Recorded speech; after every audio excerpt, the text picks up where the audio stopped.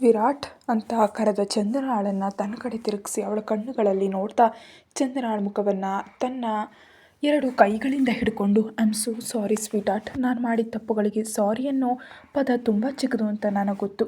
ನಿನ್ನನ್ನು ಹೊಡೆದದ್ದು ನನ್ನ ತಪ್ಪು, ನಾನು ಹಾಗೆ ಮಾಡಬಾರ್ದಿತ್ತು. ಆದರೆ ನಾನು ಏನು ಮಾಡಲಿ ಹೇಳು, ನೀನು ನನ್ನ ಹತ್ರ ಇದ್ದರೆ ನಾನು ತುಂಬ ಹ್ಯಾಪಿ. ಅದೇ ನೀನು ನನ್ನಿಂದ ದೂರ ಹೋಗ್ತೀನಿ ಎಂಬ ಮಾತು ಕೇಳಿದ್ರೆ ನನ್ನ ಕೋಪನ ನನಗೆ ನಿಯಂತ್ರಿಸ್ಕೊಳ್ಳೋದಕ್ಕೆ ಸಾಧ್ಯ ಆಗೋದಿಲ್ಲ.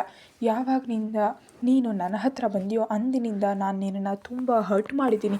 ಆದರೂ ನೀನು ನನ್ನನ್ನು ಪ್ರೀತಿಸಿದೆ. ಮೊದಲು ನನ್ನ ಕೋಪ, ದ್ವೇಷ ಎಲ್ಲವನ್ನು ನಿನ್ನ ಮೇಲೆ ತೋರಿಸ್ತಿದ್ದೆ. ಆದರೆ ನೀನು ತಪ್ಪಿಲ್ಲ ಅಂತ ತಿಳಿದ ಮೇಲೆ ನಾನು ನಿನ್ನ ಮೇಲೆ ಕೈ ಮಾಡಲಿಲ್ಲ. ಆದರೆ ನೀನು ನನ್ನಿಂದ ದೂರ ಹೋಗ್ತೀನಿ ಅಂದರೆ ನನ್ನ ಹೃದಯಕ್ಕೆ ತುಂಬ ನೋವಾಗುತ್ತೆ ಚಂದನ.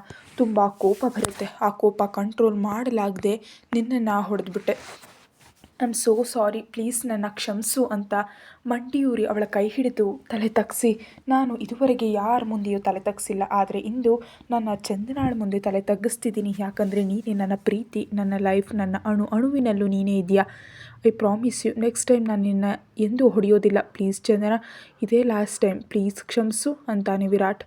ಅಲ್ಲಿವರೆಗೆ ಶಾಕ್ನಿಂದ ನೋಡ್ತಿದ್ದ ಚಂದನ ವಿರಾಟ್ ಮಾತನಾಡಿದ ಮೇಲೆ ಅವನ ಎದುರಿಗೆ ಮಂಡಿಯೂರಿ ಕೂತು ವಿರಾಟ್ ಮುಖವನ್ನು ತನ್ನ ಕೈಗೆ ಎತ್ಕೊಂಡು ಅವನ ಹಣೆ ಮೇಲೆ ಮುತ್ತು ಕೊಡ್ತಾಳೆ. ಆ ನಂತರ ಅವನ ಕಣ್ಣುಗಳಲ್ಲಿ ನೋಡ್ತಾ, ನೀವು ಇನ್ನೆಂದೂ ನನ್ನನ್ನು ಹೊಡೆಯೋದಿಲ್ಲ ಅಂತ ಹೇಳಿದ್ರಲ್ಲ, ಅದಕ್ಕೆ ನಾನು ನಿಮ್ಮನ್ನು ಕ್ಷಮಿಸ್ತಿದ್ದೀನಿ ಅಂತಾಳೆ ಚಂದನ ಸಣ್ಣ ನಗುವಿನೊಂದಿಗೆ. ನೆವರ್ ಸ್ವೀಟಾರ್ಟ್, ಇನ್ನೆಂದೂ ನಿನ್ನ ಹರ್ಟ್ ಮಾಡೋದಿಲ್ಲ ಅಂತ ಎದ್ದು ನಿಂತು ಚಂದನಾಳನ್ನು ಫುಲ್ ಸೈಡ್ ಡಿನ್ನರ್ ಕರೆದೊಯ್ತಾನೆ. ಓಕೆ, ಸೊ ಇಷ್ಟೆಲ್ಲ ನನಗಾಗಿ ಮಾಡಿದ್ದೀರಿ ಅಂತ ಖುಷಿಯಿಂದ ನಗ್ತಾ ಕೇಳ್ತಾಳೆ ಚಂದನ. ಅಫ್ಕೋರ್ಸ್ ಸ್ವೀಟಾರ್ಟ್, ನಿನ್ನ ಸಂತೋಷಕ್ಕಾಗಿ ನಾನು ಏನ ಬೇಕಾದರೂ ಮಾಡ್ತೀನಿ ಅಂತ ಚಂದನಾಳ ಕೆನ್ನೆಗೆ ಮುತ್ತು ಕೊಡ್ತಾನೆ. ಇಬ್ಬರು ಹ್ಯಾಪಿಯಾಗಿ ಮಾತಾಡ್ತಾ ಒಬ್ರಿಗೊಬ್ರು ತಿನ್ನಿಸಿ ಡಿನ್ನರ್ ಮುಗಿಸಿದ ಮೇಲೆ ವಿರಾಟ್ ವೈನ್ ಗ್ಲಾಸ್ ಸುರಿದು ಚಂದನಾಳಿಗೆ ಕೊಡ್ತಾನೆ. ವಿರಾಟ್ ಕಡೆ ನೋಡಿ ಸಣ್ಣದಾಗಿ ವೈನ್ ಸಿಪ್ ಮಾಡ್ತಾಳೆ ಚಂದನ. ಅವಳಿಗೆ ಕುಡಿದು ಅಭ್ಯಾಸ ಇಲ್ಲ ಅಂತ ಟ್ರೈ ಮಾಡಿಲ್ಲ. ಹಾಗಾಗಿ ವೈನ್ ಕುಡಿದ ತಕ್ಷಣ ಸ್ವಲ್ಪವಾಗಿ ತಲೆ ಸುತ್ತಲು ಆರಂಭವಾಗುತ್ತೆ. ಗ್ಲಾಸ್ನಲ್ಲಿ ಇದ್ದದನ್ನೆಲ್ಲ ಕುಡಿದು ಎದ್ದು ನಿಂತು ತೂರಾಡತ್ಲೆ ಬಂದು ವಿರಾಟ್ ಮಡಿಲಲ್ಲಿ ಕೂತು ಅವನ ತುಟಿಗಳನ್ನ ಮುತ್ತಿರ್ತಾಳೆ. ವಿರಾಟ್ ಅವಳ ನಡುವನ್ನು ಹಿಡಿದು ಆ ಮುತ್ತನ್ನು ಗಾಢತೆಯನ್ನು ಹೆಚ್ಚಿ 20 ನಿಮಿಷಗಳ ನಂತರ ಅವಳನ್ನ ಬಿಟ್ಟು ಕೊರಳಿನ ಮೇಲೆ ತೇವವಾದ ಮುತ್ತುಗಳನ್ನ ನೀಡ್ತಾನೆ. ಗಟ್ಟಿಯಾಗಿ ಉಸಿರು ತೆಗೆದುಕೊಳ್ತಾ ಅವನ ಬೆನ್ನನ್ನು ಸವರ್ತಾ ಮತ್ತೆ ಅವನ ತುಟಿಗಳನ್ನ ಮುತ್ತಿಟ್ಟು ಸ್ವಲ್ಪ ಸಮಯದ ನಂತರ ಬಿಟ್ಟು ಐ ವಾಂಟ್ ಯು ವಿರಾಟ್ ಅವರೇ ಅಂತ ಮೆಲ್ಲಗೆ ಹೇಳ್ತಾಳೆ. ಚಂದನಾಳಿಗೆ ಮುತ್ತು ನೀಡತ್ಲೆ ಫೋಲ್ನಿಂದ ಹೊರಬಂದು ಆ ಫ್ಲೋರ್ನಲ್ಲಿರೋ ಪ್ರೈವೇಟ್ ರೂಮ್ ಒಳಗೆ ಕರೆದೊಯ್ದು ಬೆಡ್ ಮೇಲೆ ಮಲಗಿಸ್ತಾನೆ. ಬೆಡ್ ಮೇಲೆ ಮಲಗಿದ ಚಂದನ ವಿರಾಟ್ನ ಕಾಲರ್ ಹಿಡಿದು ತನ್ನ ಕಡೆ ಎಳೆದುಕೊಳ್ತಾಳೆ. ಅವಳ ಮೇಲೆ ಬಂದು ಮುತ್ತುಗಳನ್ನ ನೀಡ್ತಾ ಅವಳ ಮೈ ಮೇಲಿನ ಬಟ್ಟೆಗಳನ್ನೆಲ್ಲ ಬೇರ್ಪಡಿಸಿ ಲೈಟ್ ಆಫ್ ಮಾಡ್ತಾನೆ. ಅಲ್ಲಿವರೆಗೆ ಕಂಟ್ರೋಲ್ ಆಗಿದ್ದ ವಿರಾಟ್ನ ತಾಳ್ಮೆ ಒಡೆದು ಹೋಗಿ ಅಂದು ರಾತ್ರಿ ಪೂರ್ತಿ ಅವಳಲ್ಲಿ ಒಂದಾಗಿ ಅವಳಿಗೆ ಅತೀವ ಸುಖ ನೀಡ್ತಾ ತಾನು ಪಡಿತಾನೆ. ಬೆಳಗಿನ ಜಾವದವರೆಗೆ ಸುಖ ಕಂಡ ಮೇಲೆ ಅವಳನ್ನ ಬಿಟ್ಟು ಚಂದನಾಳ ತಲೆಯನ್ನು ತನ್ನ ಎದೆ ಮೇಲಿರಿಸ್ಕೊಂಡು ಹ್ಯಾಪಿಯಾಗಿ ಕಣ್ಮುಚ್ತಾನೆ ವಿರಾಟ್. ಬೆಳಗ್ಗೆ ಎದ್ದು ಚಂದನ ಮತ್ತು ವಿರಾಟ್ ಇಬ್ಬರು ರೆಡಿಯಾಗಿ ವಿಲ್ಲಾಗಿ ಹೊರಡ್ತಾರೆ. ಸ್ವೀಟಾರ್ಟ್, ಇಂದು ಕಾಲೇಜ್ಗೆ ಹೋಗ್ತೀಯಾ? ಇಲ್ಲ ವಿರಾಟ್ ಅವರೇ, ಎಕ್ಸಾಮ್ ಬರ್ತಿದೆ ಅಲ್ವಾ, ಮನೆಯಲ್ಲಿದ್ದು ಓದ್ಕೊಳ್ತೀನಿ. ಸರಿ ಅಂತ ವಿಲ್ಲಾ ಮುಂದೆ ಕಾರ್ ನಿಲ್ಲಿಸಿ, ನೀನು ಒಳಗೋಗು, ಹೊರಗೆಲ್ಲೂ ಹೋಗಬೇಡ, ನಾನು ಆಫೀಸ್ಗೆ ಹೋಗಬೇಕು ಅಂತ ಚಂದನ ಕಾರ್ನಿಂದ ಇಳಿದ ಮೇಲೆ ಅಲ್ಲಿಂದ ಹೊರಟು ಹೋಗ್ತಾನೆ ವಿರಾಟ್. ಅರ್ಧ ಗಂಟೆ ನಂತರ ಮೋಹನ್ ರಾವ್ ಅವರ ಮನೆ ಮುಂದೆ ಕಾರ್ ನಿಲ್ಲಿಸಿ ವಿರಾಟ್ ಒಳಗೆ ಹೋಗ್ತಾನೆ. ಶೂ ಸದ್ದು ಕೇಳಿದ ತಕ್ಷಣ ಹಾಲ್ನಲ್ಲಿ ಇದ್ದವರೆಲ್ಲ ಹಿಂದಕ್ಕೆ ತಿರುಗಿ ನೋಡ್ತಾರೆ. ಅಲ್ಲಿ ವಿರಾಟ್ನನ್ನು ನೋಡಿ ಎಲ್ಲರೂ ಸೋಫಾದಿಂದ ಎದ್ದು ನಿಲ್ತಾರೆ. ನನ್ನ ಮನೆಯಲ್ಲಿ ನೀನೇನು ಮಾಡ್ತಿದ್ಯಾ ಅಂತ ಕೋಪದಿಂದ ಕೂಗ್ತಾನೆ ಮೋಹನ್ ರಾವ್. ನಿನ್ನ ಬ್ರೈನ್ನಲ್ಲಿ ಚಿಪ್ ಹೋಗಿದೆಯಾ? ಇದು ನನ್ನ ಮನೆ ಅಂತ ನೀನು ಮರೆತಂತಿದೆ ಅಂತ ವ್ಯಂಗ್ಯವಾಗಿ ಹೇಳ್ತಾನೆ ವಿರಾಟ್. ಓ ರಿಯಲಿ, ಇದು ನಿನ್ನ ಮನೆಯಾ ಅಂತ ಕೋಪದಿಂದ ಕೇಳ್ತಾನೆ ರಂಜಿತ್. ಸೈಡ್ ಸ್ಮೈಲ್ ನೀಡಿ ರಂಜಿತ್ ಕಡೆ ನೋಡ್ತಾ, ಅಫ್ಕೋರ್ಸ್ ಇದು ನನ್ನ ಮನೆ, ಯಾಕೆ ನಿನ್ನಪ್ಪ ಈ ವಿಷಯ ನಿನಗೆ ಹೇಳಿಲ್ವಾ? ನನ್ನ ಮನೆಯಲ್ಲೇ ಇದ್ದು ಇದು ನಿನ್ನ ಮನೆ ಅಂತ ಹೇಗೆ ಹೇಳ್ತಿದ್ಯಾ ವಿರಾಟ್ ದೇವ್ ಅಂತ ಕೂಗ್ತಾನೆ ಮೋಹನ್ ರಾವ್. ನಿನ್ನ ಬಿಸ್ನೆಸ್ ಎಲ್ಲವೂ ಈಗ ವಿರಾಟ್ ದೇವ್ ಹೆಸರಿನಲ್ಲಿರುವಾಗ ಈ ಮನೆ ಕೂಡ ವಿರಾಟ್ ಕಂಪ್ನಿಗೆ ಸೇರಿದ್ದು ಅಂತ ನಿಖಿಲ್ ಮತ್ತು ಲಾಯರ್ ಅಲ್ಲಿಗೆ ಬರ್ತಾರೆ. ಪೇಪರ್ಸ್ ಅಂತ ವಿರಾಟ್ ಕೇಳಿದ ತಕ್ಷಣ ಲಾಯರ್ ಕೈಗಳಿಂದ ಪೇಪರ್ಸ್ ತಗೊಂಡು ಮೋಹನ್ ರಾವ್ ಕೈಯಲ್ಲಿಡ್ತಾನೆ ನಿಖಿಲ್. ಆ ಪೇಪರ್ಸ್ ನೋಡಿದ ಮೋಹನ್ ರಾವ್ ಮುಖದಲ್ಲಿ ಬೆವರಿನ ಹನಿಗಳು ಮೂಡುತ್ತೆ. ಅದನ್ನು ನೋಡಿದ ವಿರಾಟ್ ಅಲ್ಲೇ ಇದ್ದ ಕಿಂಗ್ ಸೈಜ್ ಸೋಫಾದಲ್ಲಿ ಕಾಲ್ ಮೇಲೆ ಕಾಲ ಕೂತ್ಕೊಳ್ತಾನೆ. ನೀನು ಮಾಡ್ತಿರೋದು ಕಿಂಚಿತ್ತು ಸರಿಯಿಲ್ಲ ವಿರಾಟ್. 15 ವರ್ಷಗಳ ಹಿಂದೆ ನಾನು ನಿನ್ನ ಫ್ಯಾಮಿಲಿಗೆ ಏನು ಮಾಡಿದೆ ಅಂತ ಮರೆತುಬಿಟ್ಯಾ ಅಂತ ಕೋಪದಿಂದ ಕೂಗ್ತಾನೆ Mohan Rao. Shut your bloody mouth, ಇಲ್ಲಿ ನನ್ನ ಧ್ವನಿ ಬಿಟ್ಟು ಇನ್ಯಾರ ಧ್ವನಿಯೂ ಎತ್ತಬಾರ್ದು ಅಂತ ಸೋಫಾದಿಂದ ಎದ್ದು ಮೋಹನ್ ರಾವ್ ಕಣ್ಣುಗಳಲ್ಲಿ ನೋಡ್ತಾ, 15 ವರ್ಷಗಳಿಂದ ನೀವು ಮಾಡಿದ್ದನ್ನು ನಾನು ಮರ್ತಿಲ್ಲ. ಒಂದೊಂದಾಗಿ ನಿಮ್ಮೆಲ್ಲರ ಹತ್ರ ವಸೂಲಿ ಮಾಡ್ತೀನಿ. ಆ್ಯಂಡ್ ಇದು ನನ್ನ ಮನೆ, ಇದನ್ನು ನಾನು ಸ್ವಂತ ಮಾಡ್ಕೊಳ್ತೀನಿ ಅಂತ ನಮ್ಮ ಅಮ್ಮನಿಗೆ ಮಾತು ಕೊಟ್ಟಿದ್ದೆ. ನನ್ನ ಮಾತು ಉಳಿಸ್ಕೊಂಡಿದ್ದೀನಿ. ನೌ ಗೆಟ್ ಲಾಸ್ಟ್ ಅಂತ ಜೋರಾಗಿ ಕೂಗ್ತಾನೆ ವಿರಾಟ್. ಇವನೇನು ಡ್ಯಾಡ್, ಇದು ತನ್ನ ಮನೆ ಅಂತಿದ್ದಾನೆ, ಇದು ನಮ್ಮನೆ ತಾನೇ ಡ್ಯಾಡ್ ಅಂತ ಕೇಳ್ತಾಳೆ ನಿಶಾ. ಏನೂ ಮಾತಾಡದೆ ಮೌನವಾಗಿರ್ತಾನೆ ಮೋಹನ್ ರಾವ್. ಅಲ್ಲಿವರೆಗೆ ಮೌನವಾಗಿ ವಿರಾಟ್ ಕಡೆ ನೋಡ್ತಿರ್ತಾನೆ ಮಹಾದೇವ್ ಅವರು. ವಿರಾಟ್ ಕಣ್ಣುಗಳಲ್ಲಿ ಹಾಗೆ ಕೋಪ, ದ್ವೇಷ ಬಿಟ್ಟು ಬೇರೆ ಯಾವುದೇ ಎಮೋಷನ್ಸ್ ಇರೋದಿಲ್ಲ. ಅದನ್ನು ನೋಡಿದ ಮಹಾದೇವ್, ನಿನಗೆ ಹೇಳಿದ್ದೆ ಅಲ್ವಾ ಮೋಹನ್, ನಾವು ಮಾಡಿದ ಪಾಪ ಒಪ್ಕೊಳ್ಳೋಣ ಅಂತ, ಈಗ ನೋಡಿ ಏನಾಯಿತು ಅಂತಾರೆ. ಆ ಮಾತಿಗೆ ರಂಜಿತ್, ನಿಶಾ ಕೋಪದಿಂದ ಅವನ ಕಡೆ ನೋಡ್ತಾರೆ. ನಿಖಿಲ್ ಶಾಕ್ ಆಗಿ ಅವರ ಕಡೆ ನೋಡ್ತಿರ್ತಾನೆ. ಲೇಟ್ ರಿಯಲೈಸೇಷನ್ ಅಂತ ಮಹಾದೇವ್ ಅವರ ಕಡೆ ತೀಕ್ಷ್ಣವಾಗಿ ನೋಡ್ತಾನೆ ವಿರಾಟ್. ನೀನು ತಪ್ಪು ಮಾಡಿದೆ ಮೋಹನ್, ನಾನು ಕೂಡ ತುಂಬ ಪಾಪಗಳು ಮಾಡಿದ್ದೀನಿ. ಆದರೆ ಈಗ ನಾನು ಬದಲಾಗಿದ್ದೀನಿ.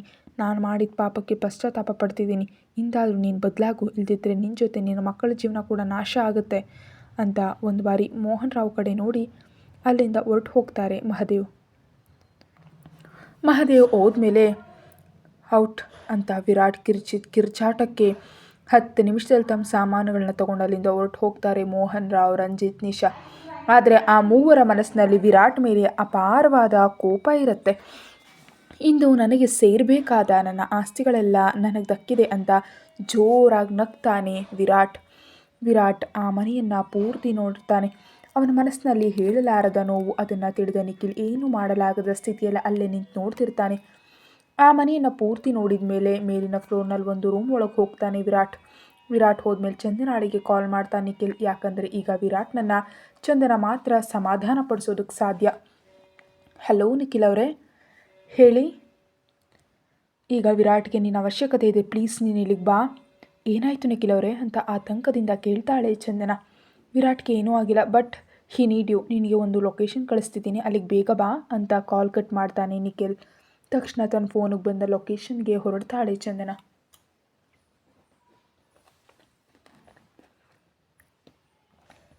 ಅರ್ಧ ಗಂಟೆ ನಂತರ ಲೊಕೇಶನ್ ತಲುಪಿ ಆ ವಿಲ್ಲಾ ಒಳಗೆ ಬಂದು ಅಲ್ಲೇ ನಿಂತಿದ್ದ ನಿಖಿಲ್ ಹತ್ರ ಹೋಗಿ, ಏನಾಯಿತು ನಿಖಿಲ್ ಅವರೇ, ವಿರಾಟ್ ಎಲ್ಲಿದ್ದಾರೆ ಅಂತ ಕೇಳ್ತಾಳೆ ಚಂದನ. ವಿರಾಟ್ ಇರುವ ರೂಮ್ ಕಡೆ ತೋರಿಸ್ತಾನೆ ನಿಖಿಲ್. ತಕ್ಷಣ ಮೆಟ್ಟಿಲು ಹತ್ತಿ ನಿಖಿಲ್ ತೋರಿಸಿದ ರೂಮ್ ಕಡೆ ಹೋಗ್ತಾಳೆ ಚಂದನ. ಗಟ್ಟಿಯಾಗಿ ಉಸಿರು ಬಿಟ್ಟು, ನೀನಿದ್ರೆ ಅವನಿಗೆ ಅಷ್ಟು ನೋವಿರೋದಿಲ್ಲ ಚಂದನ ಅಂತ ಮನಸ್ಸಿನಲ್ಲಿ ಅಂದ್ಕೊಳ್ತಾನೆ ನಿಖಿಲ್. ವಿರಾಟ್ ಇರೋ ರೂಮ್ಗೆ ಹೋಗಿ ಸುತ್ತಲೂ ನೋಡ್ತಾಳೆ. ಅದು ಒಂದು ಸ್ಟೋರ್ ರೂಮ್. ಒಂದು ಮೂಲೆಯಲ್ಲಿ ಒಂದು ಫೋಟೋ ಫ್ರೇಮ್ ಹಿಡಿದು ಕುಳಿತಿರೋ ವಿರಾಟ್ನನ್ನು ನೋಡಿ ಅವನ ಹತ್ರ ಹೋಗಿ ಮಂಡಿಯೂರಿ ಕೂತು ಅವನ ಭುಜದ ಮೇಲೆ ಕೈ ಹಾಕಿ, ವಿರಾಟ್ ಅವರೇ ಅಂತ ಮೆಲ್ಲ ಕರಿತಾಳೆ ಚಂದನ. ಅಲ್ಲಿ ಚಂದನಾಳ ಧ್ವನಿ ಕೇಳಿ ಸ್ವಲ್ಪ ಹೊತ್ತು ಅವಳ ಕಡೆ ನೋಡಿದ ಮೇಲೆ ಒಮ್ಮೆಲೆ ಅವಳನ್ನು ಅಪ್ಕೊಂಡು ಹಾಗೆ ಇರ್ತಾನೆ ವಿರಾಟ್. ಅಲ್ಲಿ ಚಂದನಾಳನ್ನು ನೋಡಿದ ತಕ್ಷಣ ಗಟ್ಟಿಯಾಗಿ ಹಗ್ ಮಾಡಿಕೊಂಡು ಹಾಗೆ ಇದ್ಬಿಡ್ತಾನೆ. ವಿರಾಟ್ ಅವರೇ ಏನಾಯಿತು ಅಂತ ಅವನ ಬೆನ್ನ ಮೇಲೆ ಸವರ್ತಾ ಕೇಳ್ತಾಳೆ ಚಂದನ. ಏನು ಮಾತನಾಡದೆ ಸ್ವಲ್ಪ ಸಮಯ ಮೌನವಾಗಿದ್ದ ನಂತರ ಚಂದನಾಳಿಂದ ದೂರ ಸರಿದು ಅವಳ ಕಣ್ಣುಗಳಲ್ಲಿ ನೋಡ್ತಾ,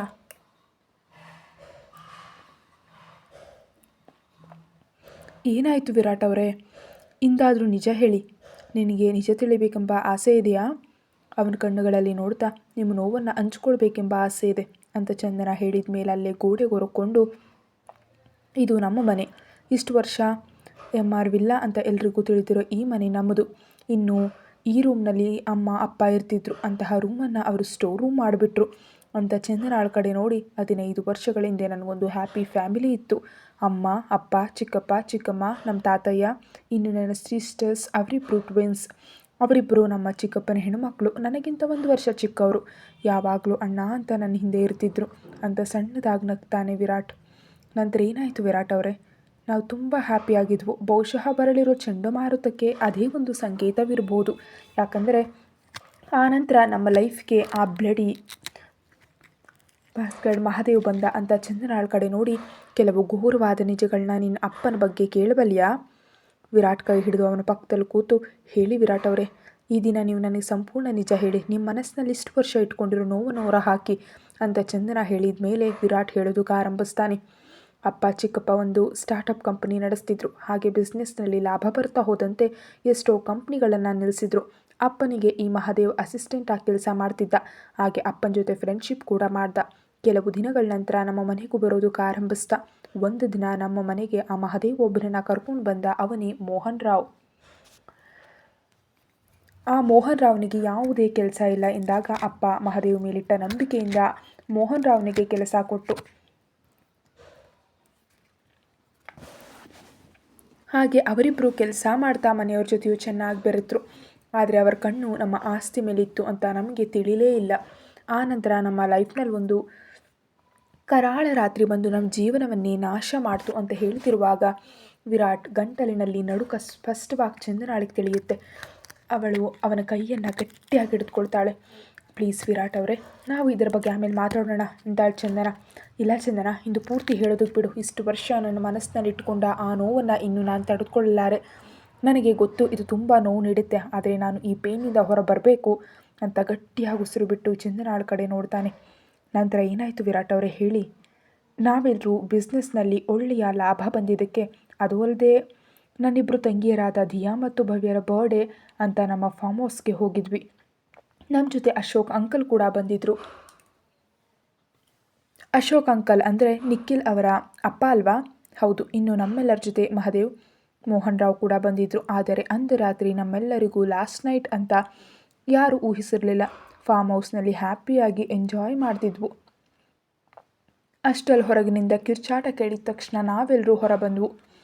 ಫಾರ್ಮ್ ಹೌಸ್ನಲ್ಲಿ ಹ್ಯಾಪಿಯಾಗಿ ಫುಡ್ ಪ್ರಿಪೇರ್ ಮಾಡಿ ಡಿನ್ನರ್ ಮಾಡ್ತಾರೆ. ವಿರಾಟ್, ದಿಯಾ, ಭವ್ಯ ಈ ಮೂವರು ಆಟದ ಬರದಲ್ಲಿ ಡಿನ್ನರ್ ಮಾಡೋದಿಲ್ಲ. ಅಷ್ಟರಲ್ಲಿ ಹೊರಗಿನಿಂದ ಏನೋ ಸದ್ದು ಕೇಳಿದ ತಕ್ಷಣ ಎಲ್ಲರೂ ಹೊರ ಬರ್ತಾರೆ. ಅಷ್ಟರಲ್ಲಿ ಎಲ್ರಿಗೂ ಸ್ವಲ್ಪ ಸ್ವಲ್ಪವಾಗಿ ತಲೆ ಸುತ್ತಲು ಆರಂಭವಾಗುತ್ತೆ. ಹೊರಬಂದು ಅಲ್ಲಿ ಎಷ್ಟೋ ಜನ ರೌಡಿಗಳನ್ನ ನೋಡಿ, ಯಾರು ನೀವು ಅಂತ ಕೇಳ್ತಾರೆ ಇಂದ್ರಾ ಅವರು. ಅಷ್ಟೆಲ್ಲ ರೌಡಿಗಳ ನಡುವಿನಿಂದ ಮಹಾದೇವ್, ಮೋಹನ್ ರಾವ್ ಇಬ್ಬರು ಬಂದು ಇವೆಲ್ಲರೂ ನಮ್ಮ ಮನುಷ್ಯರೇ ಅಂತಾರೆ. ನಿಜಕ್ಕೂ ಯಾಕೆ ಇವರೆಲ್ಲರೂ ಇಲ್ಲಿಗೆ ಬಂದಿದ್ದಾರೆ ಅಂತ ಕನ್ಫ್ಯೂಸ್ ಆಗಿ ಕೇಳ್ತಾರೆ ಚಂದ್ರಶೇಖರ್ ಅವರು. ಯಾಕೆ ಬಂದಿದ್ದಾರೆ ಅಂದರೆ, ಈಗ ನೀವೆಲ್ಲರೂ ಇಲ್ಲಿ ಸಾಯ್ತೀರಿ, ನೀವು ಸತ್ತ ಮೇಲೆ ನಿಮ್ಮ ಆಸ್ತಿ ಎಲ್ಲ ನಮ್ಮದಾಗುತ್ತೆ ಅಂತ ರಾಕ್ಷಸರಂತೆ ಜೋರಾಗಿ ನಗ್ತಾನೆ ಮೋಹನ್. ಏಯ್, ನಿನ್ನ ಬಿಡೋದಿಲ್ಲ ಅಂತ ಅವರ ಹತ್ರ ಹೋಗ್ತಿದ್ದ ಇಂದ್ರಾ ಅವರು ಆಹಾರದಲ್ಲಿ ಮದ್ದು ಬೆರೆಸಿದ್ರಿಂದ ಅಲ್ಲೇ ಬಿದ್ದು ಹೋಗ್ತಾರೆ. ಎಲ್ಲವನ್ನು ನೋಡ್ತಿರ್ತಾನೆ, ಆದರೆ ಎದ್ದೇಳಲು ಬರ ಇರೋದಿಲ್ಲ. ಅಣ್ಣಯ್ಯ ಅಂತ ಚಂದ್ರಶೇಖರ್ ಅವರು ಇಂದ್ರಾ ಅವರ ಹತ್ರ ಹೋದರೆ ಅವರಿಗೂ ತಲೆ ಸುತ್ತುತ್ತೆ ಮತ್ತು ಜಾಸ್ತಿ ಆದ ಕಾರಣ ವಾಂತಿ ಮಾಡಿಕೊಂಡಲ್ಲೇ ಕುಸಿದು ಬೀಳ್ತಾರೆ ರಾಘವಯ್ಯ.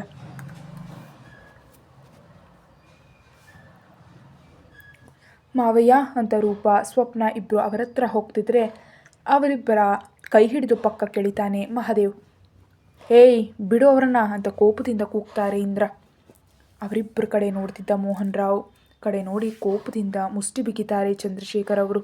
ಆದರೂ ಏನು ಮಾಡಲಾಗದ ಅಸಹಾಯಕ ಸ್ಥಿತಿಯಲ್ಲಿ ಇರ್ತಾರೆ ಅವರು. ಅಷ್ಟರಲ್ಲಿ ಮನೆ ಒಳಗಿನಿಂದ ಆಟ ಆಡ್ತಾ ಹೊರಬಂದ ವಿರಾಟ್, ದಿಯಾ, ಭವ್ಯ ಮತ್ತು ಅಶೋಕ್ ಅವರು ಅಲ್ಲಿರೋರನ್ನು ನೋಡಿ ಕೋಪದಿಂದ ಮೋಹನ್ ಹತ್ರ ಹೋಗಿ ಅವನ ಕೆನ್ನೆಗೆ ಬಾರಿಸ್ತಾರೆ ಅಶೋಕ್. ಫೋನ್ ಕಾಲ್ ಬಂದಿದ್ದರಿಂದ ಅವರು ಡಿನ್ನರ್ ಮಾಡಿರೋದಿಲ್ಲ, ಹಾಗಾಗಿ ಅವರಿಗೇನೂ ಆಗಿರೋದಿಲ್ಲ.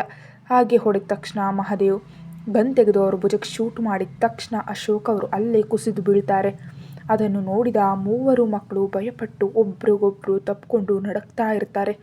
ಅದನ್ನು ನೋಡಿದ ಮೋಹನ್ ರಾವ್ ರೂಪಾಳನ್ನು ಮತ್ತು ಸ್ವಪ್ನಾಳನ್ನು ಅಲ್ಲಿಂದ ರೌಡಿಗಳ ಮೇಲೆ ಎಸೆದು, ಇವರಿಬ್ಬರ ಸಂಗತಿ ನೀವು ನೋಡ್ಕೊಳ್ಳಿ, ಆ ಇಬ್ಬರ ಸಂಗತಿ ನಾವು ನೋಡ್ಕೊಳ್ತೀವಿ ಅಂತ ವಿರಾಟ್ ಹತ್ರ ಹೋಗಿ ವಿರಾಟ್ನ ಕೂದಲು ಹಿಡಿದು ಅವನ ಕೆನ್ನೆಗೆ ಹೊಡೆದು ದಿಯಾ ಮತ್ತು ಭವ್ಯಾಳನ್ನು ಎಳ್ಕೊಂಡು ಹೋಗಿ ಮಹಾದೇವ್ ಅವರ ಹತ್ರ ನಿಲ್ಲಿಸ್ತಾರೆ. ಈ ಮಕ್ಕಳನ್ನು ಯಾಕೆ ಕರೆತಂದೆ ಅಂತ ಕೇಳ್ತಾರೆ ಮಹಾದೇವ್. ಏನು ಮಾತನಾಡದೆ ಅವರಿಬ್ಬರ ಕಡೆ ನೋಡಿ ಮಹಾದೇವ್ ಕಡೆ ವಿಕಾರವಾಗಿ ನಗ್ತಾನೆ ಮೋಹನ್ ರಾವ್. ಆ ನಗುವಿನಲ್ಲಿ ಮೋಹನ್ ಏನು ಮಾಡಲು ಹೊರಟಿದ್ದಾನೆ ಅಂತ ಮಹಾದೇವ್ಗೆ ತಿಳಿಯುತ್ತೆ. ಮತ್ತಿನಲ್ಲಿಯೂ ಮೆಲ್ಲಗೆದ್ದು, ನನ್ನ ಹೆಣ್ಣು ಮಕ್ಕಳನ್ನ ಬಿಟ್ಬಿಡಿ, ನಿನಗೆ ಆಸ್ತಿ ತಾನೇ ಬೇಕು, ತಗೋ, ನಮ್ಗೆ ಯಾವುದೇ ಆಸ್ತಿ ಬೇಡ, ನನ್ನ ಮಕ್ಕಳನ್ನ ಬಿಟ್ಬಿಡು ಅಂತ ಬೇಡ್ಕೊಳ್ತಾರೆ ಚಂದ್ರಶೇಖರ್ ಅವರು. ನನ್ನ ತಂಗಿಯರನ್ನು ಬಿಡು ಅಂತ ಹತ್ತಿರ ಬಂದ ವಿರಾಟ್ನನ್ನು ಅಲ್ಲೇ ಇದ್ದ ಇಬ್ಬರು ರೌಡಿಗಳು ಗಟ್ಟಿಯಾಗಿ ಹಿಡ್ಕೊಳ್ತಾರೆ. ಆದರೂ ಕೇಳದೆ ಅವರೆಲ್ಲರ ಕಣ್ಣೆದುರಿಗೆ ದಿಯಾ ಮತ್ತು ಭವ್ಯಾಳ ಮೇಲೆ ಅತಿ ಘೋರವಾಗಿ ಅತ್ಯಾಚಾರ ಮಾಡ್ತಾನೆ ಮೋಹನ್ ರಾವ್. ಅದೆಲ್ಲವನ್ನು ನೋಡ್ತಾ ಅಲ್ಲೇ ವಿಕಾರವಾಗಿ ನಗ್ತಿರ್ತಾನೆ ಮಹಾದೇವ್. 12 ವರ್ಷದ ಇಬ್ಬರು ಮಕ್ಕಳು ಹಾಕ್ತಿರೋ ಆ ಕ್ರಂದನ ಕೇಳಲಾಗದೆ, ಆ ಘೋರವನ್ನು ತಡೆಯಲಾಗದೆ, ಏನು ಮಾಡಲಾಗದ ಅಸಹಾಯಕ ಸ್ಥಿತಿಯಲ್ಲೆಲ್ಲರೂ ಹಾಗೆ ಇರ್ತಾರೆ. ವಿರಾಟ್ ಗಟ್ಟಿಯಾಗಿ ಕಣ್ಣು ಮುಚ್ಕೊಳ್ತಾನೆ. ಯಾವಾಗ ತಂಗಿಯರ ಕಿರುಚಾಟ ನಿಲ್ಲುತ್ತೋ ಆಗ ಕಣ್ಣು ತೆರೆದು ಆ ದೃಶ್ಯ ನೋಡಲಾಗದೆ ಅವನ ಕಣ್ಣಿನಿಂದ ರಕ್ತದ ಕಣ್ಣೀರು ಸುರಿಯುತ್ತೆ. ಅಲ್ಲಿ ರೌಡಿಗಳ ಕೈಯಲ್ಲಿ ಬಲಿಯಾದ ರೂಪ ಮತ್ತು ಸ್ವಪ್ನ, ಇತ್ತ ಹೆಣ್ಣು ಮಕ್ಕಳ ಜೀವನ ನಾಶವಾಗ್ತಿರೋದನ್ನು ಕಂಡು ಆ ನೋವು ತಡೆಯಲಾಗದೆ ಪ್ರಜ್ಞೆ ತಪ್ತಾರೆ. ಹೆಂಡತಿಯರನ್ನು ಉಳಿಸಲಾಗದೆ, ಹೆಣ್ಣು ಮಕ್ಕಳನ್ನು ಕಾಪಾಡಲಾಗದೆ ಅಸಹಾಯಕರಾಗಿ ಬಿದ್ದಿರ್ತಾರೆ ಇಂದ್ರ ಮತ್ತು ಚಂದ್ರಶೇಖರ್. ಅವ್ರ ಕೆಲಸ ಮುಗಿದ ಮೇಲೆ ಎಲ್ಲರನ್ನು ಎಳ್ಕೊಂಡು ಹೋಗಿ ಎಲ್ಲರನ್ನು ಗನ್ನಿಂದ ಶೂಟ್ ಮಾಡಿ ಫಾರ್ಮ್ ಹೌಸ್ ಒಳಗೆ ಹಾಕಿ ಆ ಫಾರ್ಮ್ ಹೌಸ್ ಪೂರ್ತಿ ಪೆಟ್ರೋಲ್ ಸಿಡಿದು ಬೆಂಕಿ ಹಚ್ಚಿ ಅಲ್ಲಿಂದ ಹೊರಟು ಹೋಗ್ತಾರೆ. ಎಲ್ಲರೂ ಹೋದ ಮೇಲೆ ಸ್ವಲ್ಪ ಪ್ರಜ್ಞೆ ಬಂದ ಅಶೋಕ್ ಅವರು ಅಲ್ಲಿ ತನ್ನ ಅಮ್ಮನನ್ನು ಹಿಡಿದು ಅಳುತ್ತಿದ್ದ ವಿರಾಟ್ ಹತ್ರ ಹೋಗಿ ಅವನ ಕೈ ಹಿಡಿದು, ನಡಿ ಮಗನ ಇಲ್ಲಿಂದ ಹೊರಟು ಹೋಗೋಣ ಅಂತಾರೆ. ನಾನು ಬರೋದಿಲ್ಲ ಅಂಕಲ್ ಅಂತ ತನ್ನ ಅಮ್ಮನ ಕೈ ಹಿಡಿದು ಎದೆ ಮೇಲೆ ತಲೆ ಇಟ್ಟು ಅಳ್ತಾನೆ ವಿರಾಟ್. ಮೆಲ್ಲ ಕಣ್ ತೆರೆದು ವಿರಾಟ್ ಕಡೆ ನೋಡಿ, ನಮ್ಮೆಲ್ಲರ ಸಂತೋಷವನ್ನು ಕಿತ್ಕೊಂಡು ಯಾರನ್ನು ಬಿಡಬೇಡ ಮಗನೇ ಅಂತ ಕಣ್ಣು ಮುಚ್ತಾರೆ ಸ್ವಪ್ನ ಅವರು. ಆ ನಂತರ ವಿರಾಟ್ನನ್ನು ಕರ್ಕೊಂಡು ಅಲ್ಲಿಂದ ಹೊರಗೆ ಬರ್ತಾರೆ ಅಶೋಕ್. ಎಲ್ಲರೂ ಜೀವಂತವಾಗಿಯೇ ಬೂದಿಯಾಗ್ತಿರೋದನ್ನು ಕಣ್ಣಾರೆ ನೋಡ್ತಿರೋ ವಿರಾಟ್ ಕಣ್ಣಿನಲ್ಲಿ ಜ್ವಾಲಾಮುಖಿಯ ಲಾವದಂತೆ ಕೋಪ ಉಕ್ಕತ್ತೆ. ನಾನು ಯಾರನ್ನು ಬಿಡೋದಿಲ್ಲ, ಎಲ್ಲರನ್ನೂ ಕೊಲ್ತೀನಿ ಅಂತ ತನ್ನ ಫ್ಯಾಮಿಲಿ ಎಲ್ಲರೂ ಫಾರ್ಮ್ ಹೌಸ್ನಲ್ಲಿ ಸುಟ್ಟು ಹೋಗ್ತಿರೋದನ್ನು ನೋಡ್ತಾ ಏನು ಮಾಡಲಾಗದೆ ಅಶೋಕ್ ಅಂಕಲ್ ಅವ್ರನ್ನ ಅಪ್ಕೊಂಡು ಗಟ್ಟಿಯಾಗಳುತ್ತಾನೆ 13 ವರ್ಷದ ವಿರಾಟ್. ಕತೆ ಮುಂದುವರಿಯುತ್ತೆ. Thank you.